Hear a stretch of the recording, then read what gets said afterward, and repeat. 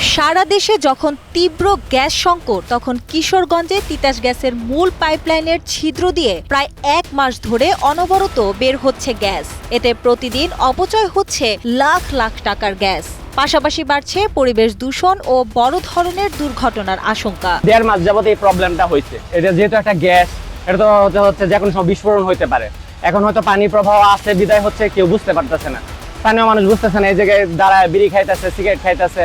ঘটনাটি কিশোরগঞ্জের কটিয়াদি উপজেলার মসুয়া ইউনিয়নের কাজিরচর খেয়াঘাট সংলগ্ন আরিয়াল খাঁ নদীর তীরে। প্রথমে পানির নিচে ছোট ছোট বুদবুদ দেখা গেলেও গত 1 সপ্তাহ ধরে বড় আকারে গ্যাস বের হতে দেখা যাচ্ছে বলে জানান এলাকাবাসী। ওই সময় এত বেশি ছিল না, এখন যখন লিকেজ বড় হয়েছে বা মাটি খনন হয়েছে, এখন একটু বেশি বের হইতেছে। আগে তো এত বের হতো না, আগে কম বের হইতো। স্থানীয়দের অভিযোগ, একটি চুনা পাথরের কারখানা সহ কয়েকটি স্থাপনায় মূল পাইপলাইন থেকে অবৈধ গ্যাস সংযোগ নেওয়ার চেষ্টার সময় পাইপলাইনের ছিদ্র সৃষ্টি হয় এবং সেখান থেকে গ্যাস বের হতে শুরু করে। বিষয়টি একাধিকবার সংশ্লিষ্ট কর্তৃপক্ষকে জানানো হলেও দ্রুত কার্যকর ব্যবস্থা নেওয়া হয়নি। এমনকি এক পর্যায়ে দায়িত্বশীলদের একটি অংশ অভিযুক্ত চক্রের সঙ্গে আর্থিক লেনদেন করে চলে গেছে বলেও অভিযোগ করেন স্থানীয়রা। এরা চোরাই ভাবে রাতের অন্ধকারে এখানে লাইন নিচ্ছে এবং এটার সাথে জড়িত আছে এই তিতাস গ্যাসের লোকও জড়িত আছে, যারা এটার দায়িত্বে আছে এবং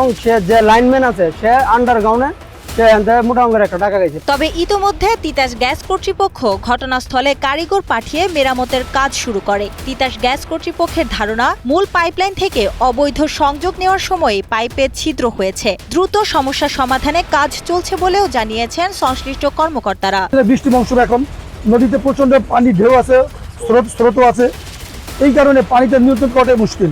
আমরা চেষ্টা করতেছি, আশা করতেছি আমরা 2-1 দিনের ভিতরে আজকেই চেষ্টা করবো। আমরা হয়তো আজকে আমরা যত সময় লাগুক আমরা চেষ্টা করবো মানে শেষ করার জন্য। এখন কার্যক্রম চলতেছে, আমরা লিকেজ মেরামত করছি আর কি এখনো। এদিকে অতিরিক্ত জেলা প্রশাসক মোহাম্মদ নাহিদ হাসান খান জানান, ঘটনার সঙ্গে জড়িতদের শনাক্ত করে তাদের বিরুদ্ধে প্রয়োজনীয় আইনগত ব্যবস্থা নিতে ঊর্ধ্বতন কর্তৃপক্ষকে অবহিত করা হবে। গ্যাস লিকেজ হয়েছে, কোনো অসাধু চক্র সেটার সাথে জড়িত ছিল এবং এখানে একটা চুনা পাথরের কারখানা দেখতে পাচ্ছি।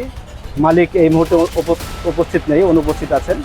তো সেক্ষেত্রে সংশ্লিষ্ট ডিপার্টমেন্ট যেটা আছে তাদেরকে আমরা বলবো যথাযথ আইনগত ব্যবস্থা নেওয়ার জন্য।